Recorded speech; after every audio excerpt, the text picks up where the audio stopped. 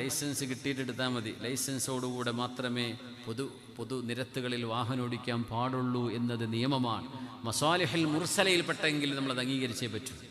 അത് നമ്മുടെ അഹ്കാമുകളുടെ ഉസൂലിൽപ്പെട്ടൊരു നിയമമല്ലേ ഇത്. മസാലിഹുൽ മുർസല ഒരു രാജ്യത്തിൻ്റെ നിയമം അതാണ്, അത് അംഗീകരിച്ചേ പറ്റൂ. കൊലപാതകം നടത്തുന്നത് ഇതൊക്കെ പറഞ്ഞിട്ട് നിബിധങ്ങൾ പറഞ്ഞു വഖൗലസ്സൂർ,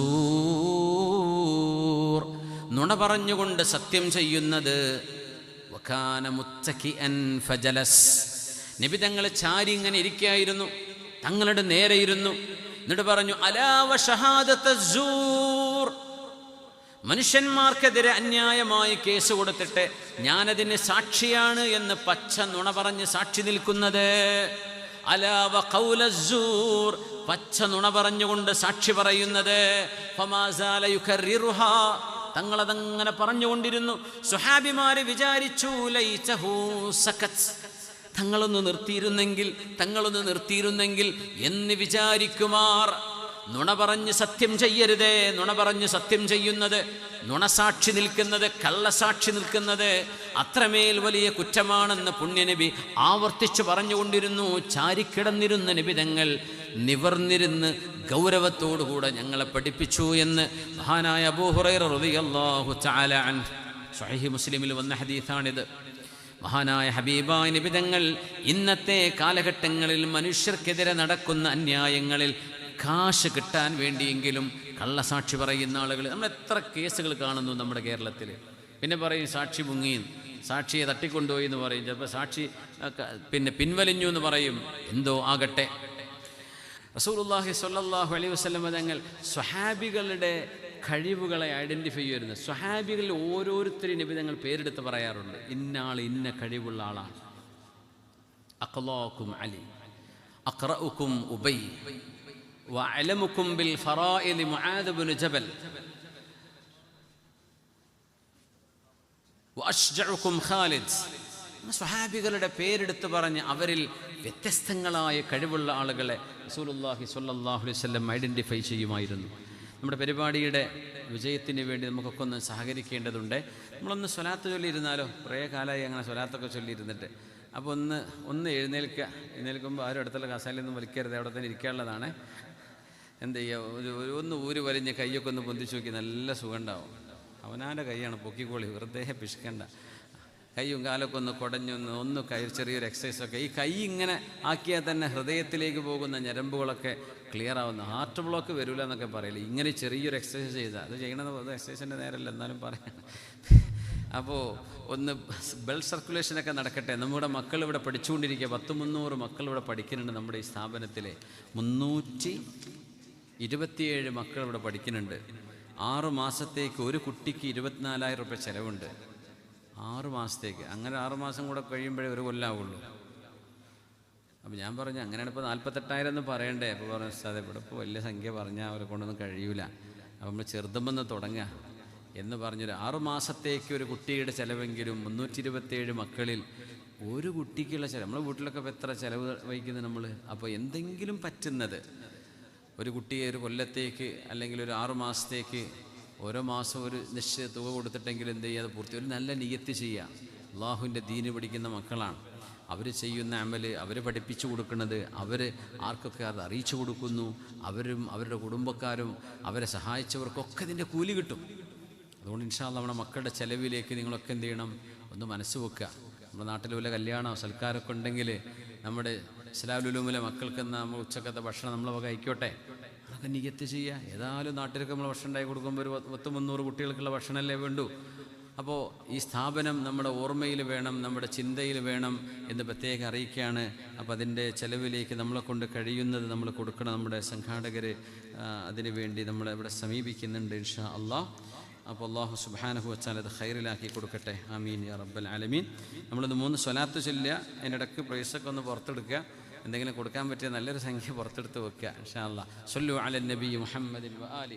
അല്ലാഹുമ്മ സ്വല്ലി അലാ സയ്യിദിനാ മുഹമ്മദിൻ വ അലാ ആലി സയ്യിദിനാ മുഹമ്മദിൻ വ ബാരിക് വ സല്ലിം അലൈഹി. اللهم صل على سيدنا محمد وعلى آل سيدنا محمد وبارك وسلم عليه اللهم صل على سيدنا محمد وعلى آل سيدنا محمد وبارك وسلم عليه. جزاكم الله خير. ഇരിക്കി ജസാക്കുമുല്ലാഹ് ഖൈർ, ജസാക്കുമുല്ലാഹ് ഖൈർ. റസൂലുള്ളാഹി സ്വല്ലല്ലാഹു അലൈഹി വസല്ലം തങ്ങളുടെ മുമ്പിലേക്ക് ജൂതന്മാരിൽപ്പെട്ട രണ്ടാളുകളുടെ വിഷയത്തിൽ വിധി പറയാൻ വേണ്ടി ഹബീബായ നബി തങ്ങളുടെ മുമ്പിലേക്ക് വരുന്നു. ജൂതന്മാർ അന്ന് മദീനയിലുണ്ട്. നോക്കണം, ഇസ്ലാമിൻ്റെ ഒരു പ്രത്യേകതയും ഇസ്ലാമിൻ്റെ ഒരു വിശാലതയും മനസ്സിലാക്കണമെങ്കിൽ ചരിത്രം പഠിക്കണം. ഇത് പഠിക്കാതെ എങ്ങനെ ഇസ്ലാം അത് ഇതെന്ന് പറഞ്ഞാൽ എതിർക്കുന്ന കുറച്ച് എക്സുകളുണ്ട്, കുറച്ച് വിവരമില്ലാത്തവരുണ്ട്. പഠിക്കണം എന്ന് പറയണം. അവർക്കൊക്കെ മറുപടി കൊടുക്കാൻ നമുക്ക് ഒരു പണിയും ചെയ്യാൻ നേരം ഉണ്ടാവില്ല. ഒരു ജഹൽ ഇങ്ങനെ വിളിച്ചു പറയുമ്പോൾ ജാഹിലിങ്ങൾ മറുപടി കൊടുക്കാന്നൊക്കെ അവർ പഠിക്കട്ടെ. ഹബീബായ നബി തങ്ങൾ മദീനക്കാർക്ക് അവരുടെ കോൺസ്റ്റിറ്റ്യൂഷൻ, അവരുടെ മതനിയമങ്ങൾ അനുസരിച്ച് ജീവിക്കാനുള്ള പൂർണ്ണ സ്വാതന്ത്ര്യം കൊടുത്തിരുന്നു.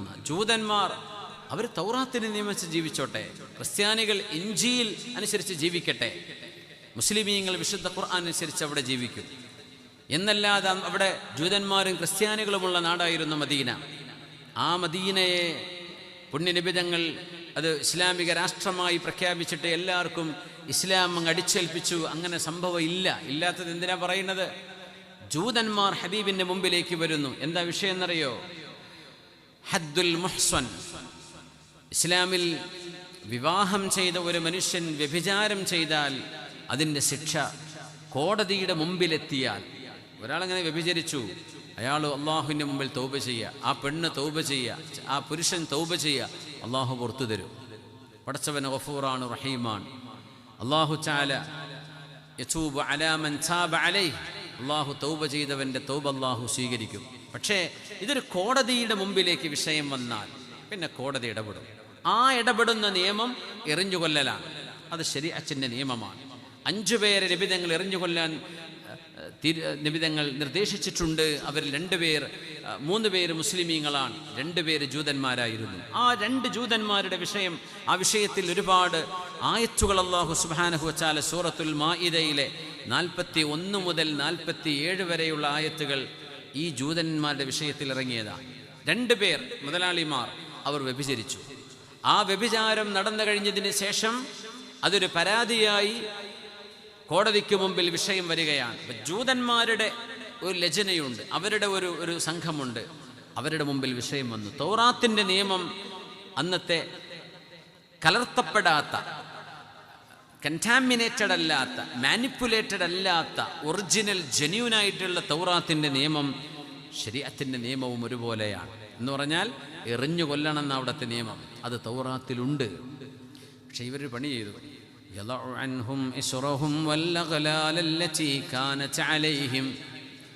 മുഹമ്മദ് നബി തങ്ങൾ വന്നത് ഭാരം ഇറക്കി വെക്കാനല്ലേ? അപ്പോൾ എറിഞ്ഞു കൊല്ലുക എന്നൊക്കെ പറഞ്ഞ വലിയൊരു നിയമം ചിലപ്പോൾ നമ്മൾ ജൂതന്മാർക്കൊന്ന് ലഘൂകരിച്ച് കിട്ടാൻ സാധ്യതയുണ്ട്. അതുകൊണ്ട് ഇതിൻ്റെ നിയമം മുഹമ്മദ് നബി തങ്ങളോട് പോയി ചോദിക്കാം എന്നവർക്ക് തോന്നുകയാണ്. അവരുടെ തൗറാത്തിലുള്ള നിയമം എറിഞ്ഞു കൊല്ലണം എന്നാണ്. അതവർ മെല്ലെ കണ്ട് സൈഡാക്കി വെച്ചു. ഹബീബിൻ്റെ മുമ്പിലേക്ക് വന്നു. ഖുർആൻ തങ്ങളോട് ആ വിഷയത്തെ പറഞ്ഞു, നബിയെ ഫഇൻ ജാഊക ഫഹ്കും ബൈനഹും ഔ അഅ്രിദ് അൻഹും. കുറച്ച് ആൾക്കാർ വരാൻ നിൽക്കുന്നുണ്ട്. ഒരു വരികയാണെങ്കിൽ വേണമെങ്കിൽ നബി നിങ്ങൾ വിധി പറഞ്ഞോളൂ, ഇല്ലെങ്കിൽ വിധി പറയണ്ട, അങ്ങയുടെ ഇഷ്ടം ചെയ്തോളൂ. കാരണം അവർക്കറിയാം നിയമം എന്താണെന്ന്. പിന്നെ അവരതിനെ മറച്ചു വെച്ചിട്ട് വരില്ലേ?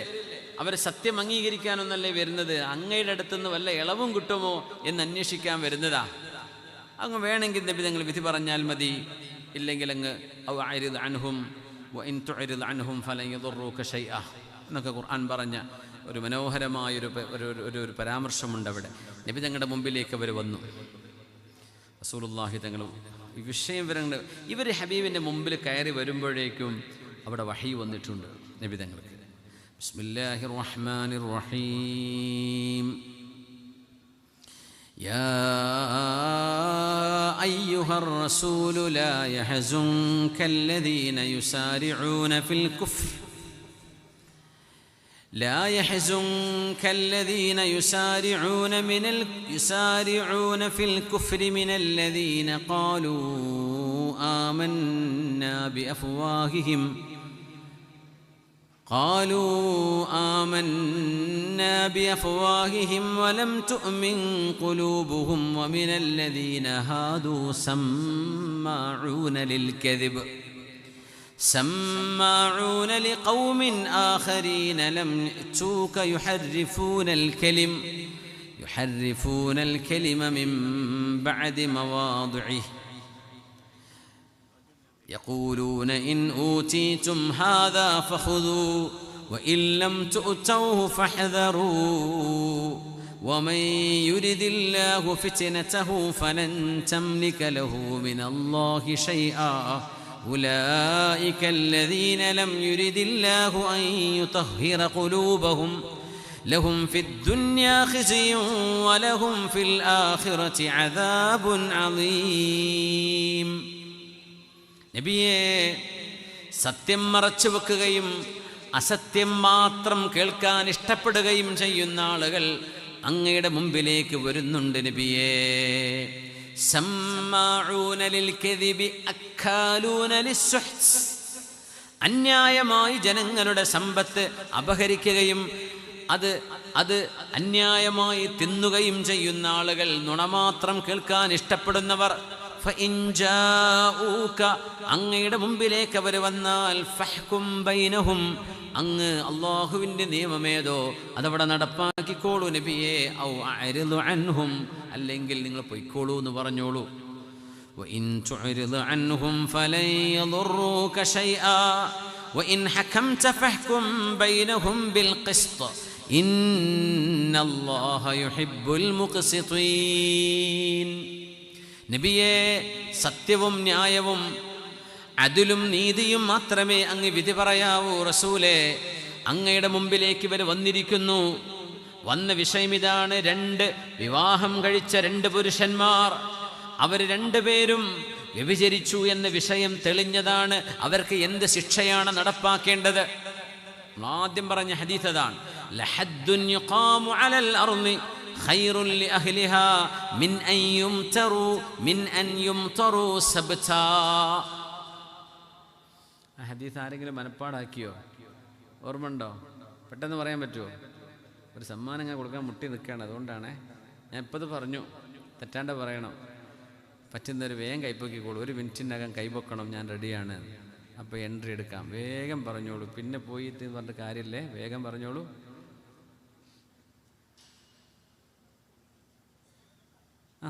ലഹദ്ദുൻ എന്ന് തുടങ്ങുന്ന ഹദീസ് ആരുമില്ല? എന്നാ പോട്ടെ, വിട്ടു. ഓക്കെ, ഇല്ല, ഒരു 10 സെക്കൻഡും കൂടെ ഒന്നും കൂടെ പറഞ്ഞാൽ വേണമെങ്കിൽ ഞാൻ പറഞ്ഞു വെക്കാം. അതേ പറഞ്ഞുതരില്ല, ടൈം കഴിഞ്ഞു. ഓക്കെ, പറയണോ? ഒന്നുകൂടെ വേണ്ടല്ലേ? അങ്ങനെ ഒരു സ്പൂൺ ഫീഡിങ് അത് ശരിയല്ല. നിങ്ങൾ ഒറ്റക്ക് പഠിച്ചോളി. അപ്പോൾ ഹദീസുകൾ നമ്മൾ മനഃപ്പാടമാക്കണേ, പറ്റുന്നതത്ര. മുതല്ലിമീങ്ങളോട് പറയാണ്, സാധാരണക്കാരോട് പറയല്ല. നമ്മളെ ആയത്തൊക്കെ നമ്മൾ കുറേയൊക്കെ മനഃപ്പാടാക്കും. ഹദീസും ഹിഫ്ള് ചെയ്യാനുള്ളതാണ് അല്ലേ? മത്തിനെങ്കിലും സനദും അതിൻ്റെ റവാഹു ആരാധന കിട്ടിക്കോണമെന്നില്ല. എന്നാലും ആ ഹദീസിൻ്റെ മത്തിനുകളെങ്കിലും ഏറെക്കുറെ നമ്മൾ പറ്റുന്നതൊക്കെ മനഃപ്പാടാക്കണം. അള്ളാഹു തൗഫീക്ക് ചെയ്യട്ടെ. അതൊരു നൂറാണെന്ന ഹദീസ്, ഒരു നൂറാണ്. ഖുർആൻ നൂറാണ്. 2 വഹിയല്ലേ? വഹി നമ്മുടെ ഖൽബിലുണ്ടാവണം. അത് ഖൽബിന് കിട്ടുന്നൊരു നൂറാണ്. അത് നമ്മളിങ്ങനെ ഫീഡ് ചെയ്തുകൊണ്ടേയിരിക്കണം. ഈ ഫേസ്ബുക്കും ഇതൊക്കെയല്ലേ കയറുന്നത്. അപ്പം അതിന് പകരം കുറച്ച് നല്ലതൊക്കെ എന്തെങ്കിലുമൊക്കെ നമ്മൾ സ്റ്റോക്ക് ചെയ്ത് വെക്കണം. അപ്പോഴവിടെ നൂറുണ്ടാവുള്ളൂ. ഇല്ലെങ്കിൽ നമ്മൾ ഇരുളടഞ്ഞു പോകും. അള്ളാഹു നമ്മുടെ ഖൽബിന് അള്ളാഹു ബസീറത്ത് നൽകട്ടെ. അള്ളാഹു നൂറ് നൽകട്ടെ, ഇൽമ് നൽകട്ടെ, മഅരിഫത്ത് അള്ളാഹു നൽകട്ടെ. അള്ളാഹു അമലിന് തൗഫീഖ് തരട്ടെ. ആമീൻ യാ റബ്ബൽ ആലമീൻ. وَلْيَحْكُمْ أَهْلُ الْإِنْجِيلِ بِمَا أَنْزَلَ اللَّهُ فِيهِ وَمَنْ لَمْ يَحْكُمْ بِمَا أَنْزَلَ اللَّهُ فَأُولَئِكَ هُمُ الْفَاسِقُونَ. ഹബീബായ നബി തങ്ങൾ പറഞ്ഞു സല്ലല്ലാഹു അലൈഹി വസല്ലം, വിവാഹിതരായതിനു ശേഷം, വിവാഹം കഴിഞ്ഞതിന് ശേഷം വ്യഭിചാരം നടന്നു കഴിഞ്ഞാൽ, വിവാഹത്തിന് മുമ്പോ ശേഷമോ ഏത് തെറ്റ് ചെയ്താലും അതിൻ്റെ പരിഹാരം തൗബ ചെയ്യലാണ്. അള്ളാഹുലേക്ക് ഖേദിച്ചു മടങ്ങുക. അത് നിങ്ങൾ ആരോടും വിളിച്ചു പറയാൻ നിൽക്കണ്ട. നമ്മൾ ആദ്യം മനസ്സിലാക്കണം, ഈ ശിക്ഷ എന്ന് പറയുന്നത് കോടതിയുടെ മുമ്പിൽ വന്നാൽ അതാണ് ശിക്ഷ. അത് കോടതി നടപ്പാക്കും. കോടതിയുടെ മുമ്പിൽ എത്തണമെങ്കിൽ ഒന്നുകിൽ ഇഖ്റാറും ബിൻ നഫ്സ്, ഒരാൾ സ്വയം വന്ന് സമ്മതിക്കണം, ഇല്ലെങ്കിൽ 4 സാക്ഷികൾ പച്ചയിൽ പറയണം ആ വ്യഭിചാരം നടക്കുന്നത് പച്ചയിൽ ഞാൻ കണ്ടിട്ടുണ്ട്. അത് ആര് പറയണം?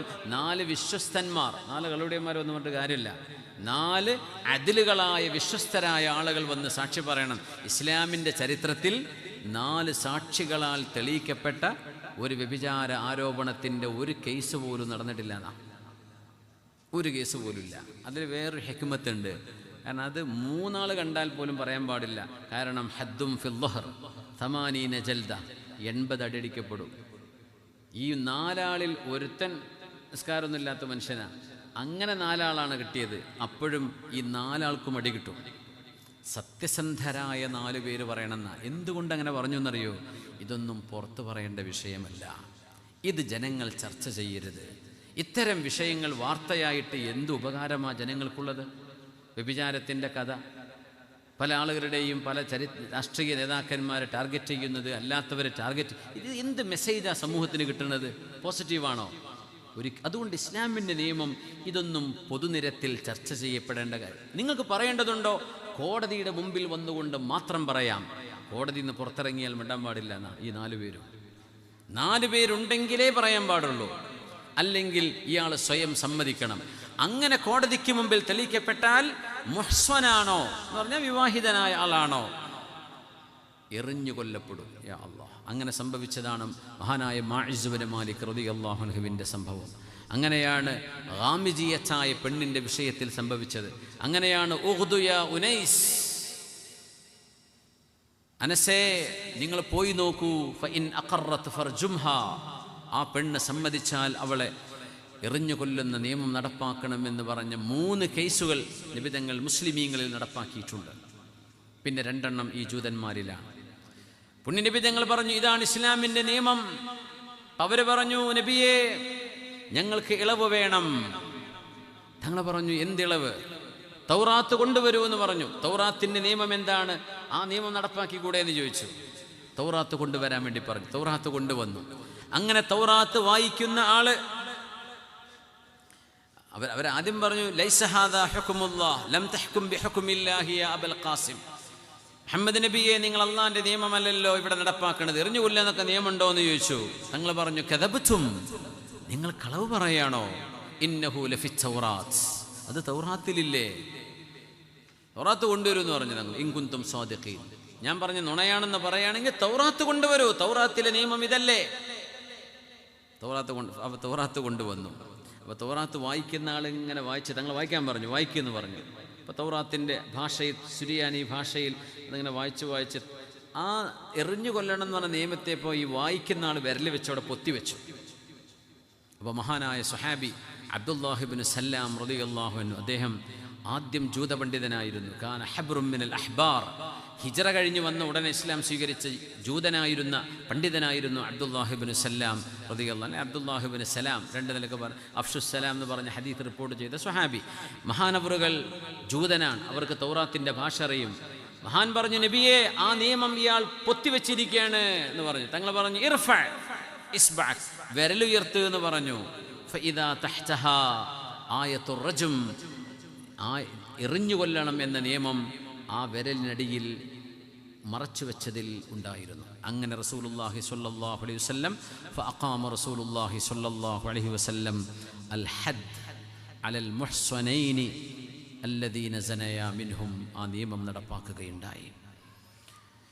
റസൂലുള്ളാഹി സ്വല്ലല്ലാഹു അലൈഹി വസല്ലം തങ്ങൾ ഇത് നടപ്പാക്കുമ്പോഴും നമ്മുടെ സഹോദര സമുദായമല്ലേ, അവരുടെ ഒരു സിമ്പതി പിടിച്ചു പറ്റാൻ ഒരല്പം ഇളവ് ചെയ്തു കൊടുക്കാം, അല്ലെങ്കിൽ നിയമത്തെ ഒന്ന് മാറ്റിവെക്കാം. തങ്ങൾ ചെയ്തില്ല. എന്തേ? ലഹദ്ദുൻ യുഖാമു അലൽ അർളി ഖൈറുൻ ലി അഹ്ലിഹാ മിൻ അൻ യുംതറു സബ്താ. ലഹദ്ദുൻ യുഖാമു അലൽ അർളി ഖൈറുൻ ലി അഹ്ലിഹാ മിൻ അൻ യുംതറു സബ്താ. അല്ലാഹുവിൻ്റെ ഹദ് നടപ്പാക്കപ്പെടേണ്ടതാണ്. ഫലാ വറബ്ബിക് فلا وربك لا يؤمنون حتى يحكموك فيما شجر بينهم ثم لا يجدوا في أنفسهم حرجا مما قضيت ويسلموا تسليما. മുസ്ലിമീങ്ങളോട് ഇത്രമേൽ കടപ്പെട്ടിരിക്കുന്ന ഒരായത്ത് വേറെയുണ്ടോ? നമ്മുടെ ഏത് വിഷയങ്ങളിലും ഖാലല്ലാഹു വഖാല റസൂലുള്ളാഹ്, അള്ളാഹുവിൻ്റെ നിയമം ഇന്നതാണ്, ശരീഅത്തിന്റെ നിയമം ഇന്നതാണ് എന്ന് പറയുന്നതോടുകൂടെ നമ്മുടെ എല്ലാ ഈഗോകളും എടുത്തു വെക്കണം. അവിടെ ഈഗോകൾ മാറ്റിവെക്കണം. പിന്നെ ഈഗോ ഭരിക്കാൻ വരരുത്. അവിടെ നമ്മൾ കീഴ്പ്പെടണം. നമ്മൾ ചെയ്യുന്ന പണി അള്ളാഹ്ക്ക് ഇഷ്ടമല്ല എന്ന് വന്നാൽ അവിടെ നിർത്തണം ആ പണി. പിന്നെ എനിക്കിത്ര ഓഡിയൻസ് ഉണ്ടല്ലോ, എനിക്കിത്ര ഫോളോവേഴ്സ് ഉണ്ടല്ലോ, ഞാൻ അവരൊക്കെ ഇപ്പം എന്താ വിചാരിക്കുക? അള്ളാഹിൻ്റെ മുമ്പിൽ ഹിസാബിന് നിൽക്കുമ്പോൾ നീ എന്ത് വിചാരിക്കും? അതാലോചിച്ചാൽ പോരെ. ഗീബത്തും നമീമത്തും പരദൂഷണവും പരസ്പരം പഴിചാരലും തെറി പറയലും അസഭ്യം പറയലും, അയാൾ തെറ്റ് ചെയ്തു, ഈ മനുഷ്യൻ തെറ്റ് ചെയ്തു, ആ ഫോട്ടോ, ഈ വീഡിയോ, അത് ഇത് എന്ന് പറഞ്ഞിട്ട് മനുഷ്യന്മാരെ, അത് മുഅ്മിനീങ്ങളായ മനുഷ്യന്മാരെ. ഇനി കേൾക്കണം, ഒരു കാലഘട്ടം വരും, ഇപ്പോൾ ആരെയൊക്കെ കുറ്റം പറഞ്ഞുകൊണ്ടിരിക്കുന്നുണ്ടോ അടുത്തൊരു തലമുറ വരുമ്പോൾ ഒരു പറയും, പടച്ചോനെ ആ മനുഷ്യന്മാർ ഇവരെക്കാളൊക്കെ എത്ര നല്ല മനുഷ്യന്മാരായിരുന്നുല്ലേ, എന്നിട്ട് അവരെ നമ്മൾ വെറുതെ വിട്ടില്ലല്ലോ. ഓരോ കാലഘട്ടത്തിൻ്റെയും ചില ദുരന്തം അതാണ്. നമ്മളത് തിരിച്ചറിയുമ്പോഴേക്കും സമയം ഒരുപാട് കഴിഞ്ഞിട്ടുണ്ടാവും, പിന്നെ തിരുത്താൻ കഴിയില്ല.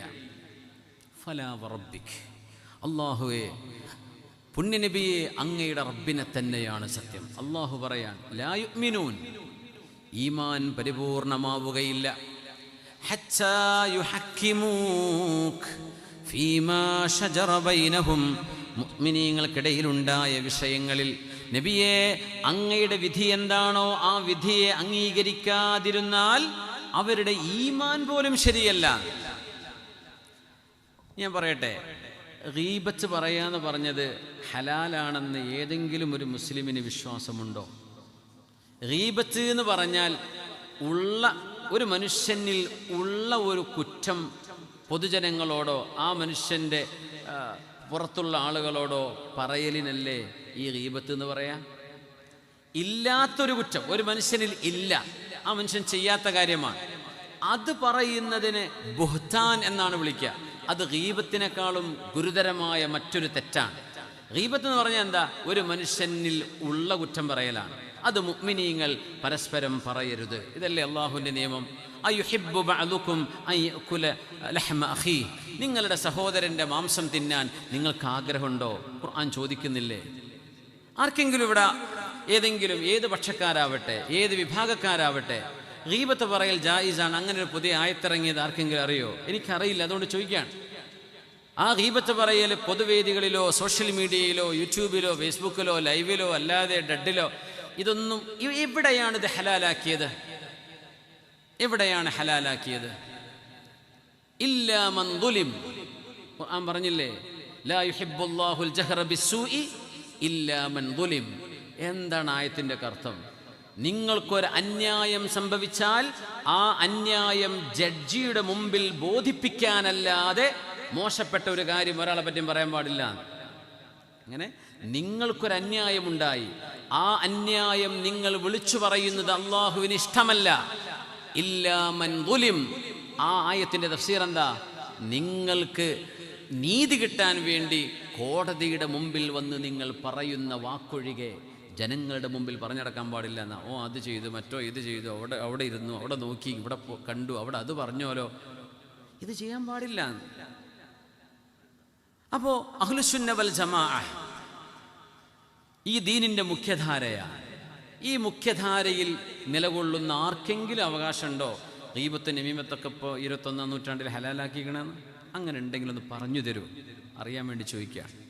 മഹാനായ അലി ഇബ്നു അബീ ത്വാലിബ് റളിയല്ലാഹു തആല അൻ, മഹാനവറുകളെ നബി തങ്ങൾ യമനിന്റെ ജഡ്ജായി പറഞ്ഞയക്കുന്നു അലി റളിയല്ലാഹു അൻഹുവിനെ. ഹീന വല്ല അലിയൻ ലിഖളാഇ ഫിൽ യമൻ, യമനിൽ ഖാദിയായി നിയമിക്കുമ്പോൾ അലി റളിയല്ലാഹു അൻഹു ചെറുപ്പക്കാരനാണ്, പക്ഷേ അറിവിൻ്റെ നിറകുടമാണ്. യാ റസൂലല്ലാഹ്, അല്ലാഹുവിൻ്റെ റസൂലേ, തുവല്ലീനി അൽ ഖളാഅ വഅന ശാബുൻ ഹദസുൻ ലാ അദ്രി മൽ ഖളാ. ഞാനൊരു ചെറുപ്പക്കാരനല്ലയോ നബിയേ? ജഡ്ജ് എന്ന് പറയുന്നത്, വിധിന്യായം എന്ന് പറയുന്നത്, ജഡ്ജ്മെന്റ് എന്ത് എന്നൊന്നും അറിയാത്ത ചെറുപ്രായക്കാരനായ എന്നെ യമനിൻ്റെ ഖാദിയായി അങ്ങ് നിയമിക്കുകയാണോ എന്ന് അലി റളിയല്ലാഹു അൻഹു ചോദിച്ചു. ആരാ നിയമിക്കുന്നത്? റസൂലുള്ളാഹി സ്വല്ലല്ലാഹു അലൈഹി വസല്ലം. ആരെയാ നിയമിക്കുന്നത്? അലി ഇബ്നു അബീ ത്വാലിബ് തങ്ങളെ. അപ്പം അലിയാർ തങ്ങൾ ചെറുപ്പക്കാരനാണ്. ഷാബുൻ ഹദസ്, തങ്ങളെ എനിക്കതൊന്നും അറിയില്ലല്ലോ എന്ന് പറഞ്ഞപ്പോൾ തങ്ങളൊരു ദുആ ചെയ്തു കൊടുത്തു. നമ്മൾ ചില കാര്യങ്ങൾക്ക് പുറപ്പെടുമ്പോൾ ഒരു ധൈര്യം കിട്ടാതിരിക്കുമ്പോൾ അത്തരം ആളുകൾക്ക് വേണ്ടി പ്രാർത്ഥിച്ചു കൊടുക്കാൻ പറ്റുന്നൊരു ദുആയാണിത്. ഒരു എക്സാം എഴുതാൻ പോവാണ്, കിട്ടുമോ ജയിക്കോ, അല്ലെങ്കിൽ ഒരു വിഷയത്തിലേക്ക് ഇറങ്ങുകയാണ്, ആ കാര്യം നടക്കുമോ ഇല്ലേ, പേടിയും വേജാറും വെപ്രാളൊക്കെ കാണിക്കുമ്പോൾ പുണ്യനബി തങ്ങൾ ദുആ ചെയ്തു കൊടുത്ത ദുആയുണ്ട്. اللهم ثبت جنانه وسدد لسانه اللهم ثبت جنانه وسدد لسانه. പടച്ചവനെ, അലിയാർ തങ്ങളുടെ മനസ്സിന് ഉറപ്പ് കൊടുക്കണമേ. അലിയാർ തങ്ങളുടെ നാവിന് അല്ലാഹുവേ സത്യം സത്യമായും ന്യായം ന്യായമായും വ്യക്തമായും പറയാനുള്ള തൗഫീഖ് കൊടുക്കണമേ. അലി റളിയല്ലാഹു അൻഹു പറയാണ്, ഫമാ ശകക്തു ഫിൽ ഖദിയതി ബഅദു. പുണ്യനബി തങ്ങളുടെ ഈ ദുആഇന് ശേഷം എനിക്ക് വിധി പറയുന്നതിൽ ഒരു സംശയവും വന്നിട്ടില്ല. അങ്ങനെ ഹബീബായ നബി തങ്ങൾ ചെയ്തു കൊടുത്ത ദുആയാണ് അല്ലാഹുമ്മ സബ്ബിത് ജനാനഹു വസദ്ദിദ് ലിസാനഹു. നാവിന് കരുത്ത്, അതുപോലെ മനസ്സിന് ഉറപ്പ്, ഇത് രണ്ടും അലിയാർക്ക് കൊടുക്കണേ എന്ന് പറഞ്ഞ് അലിയാർ റളിയല്ലാഹു അൻഹുവിൻ്റെ നെഞ്ചിൽ കൈവച്ചുകൊണ്ട് ഹബീബായ നബി തങ്ങൾ ദുആ ചെയ്തു കൊടുത്തു. അതുകൊണ്ടാണ് തങ്ങൾ പറയാറുള്ളത്, അഖ്ളാകും അലി. നിങ്ങളിൽ സ്വഹാബികളെ, നിങ്ങളിൽ വിധി പറയാൻ ഏറ്റവും കഴിവുള്ള, പക്വതയുള്ള, യോഗ്യതയുള്ള ഏറ്റവും നല്ല ഖാദി അലിയുൻ, അലിയാരാൻ. അഖ്ളാകും അലി വഅഖറഉകും ഉബൈ. നിങ്ങളിൽ വിശുദ്ധ ഖുർആനിൻ്റെ പാരായണം അത്രമേൽ മനോഹരമായി അതർഹിക്കുന്ന ഖുർആനിൻ്റെ ബഹുമതിയും വിശുദ്ധ ഖുർആനിൻ്റെ അറിവുമുള്ള ഖുർആൻ പണ്ഡിതനാണ് ഉബൈ ഇബ്നു കഅബ് റളിയല്ലാഹു അൻഹു. അഖറഉകും ഉബൈ വഅലമുകും ബിൽ ഹലാലി വൽ ഹറാമി മുആദ് ഇബ്നു ജബൽ.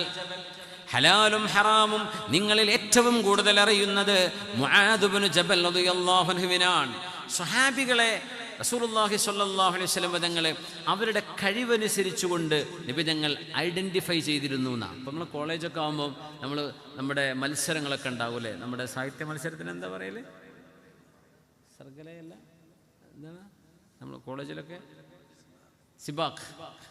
സിബാക്കിലൊക്കെ കൂടാറില്ലേ? ഇല്ലേ? അൽഹംദുലില്ലാഹ്. വന്നിരിക്കുകയാണല്ലേ, അൽഹംദുലില്ലാഹ്.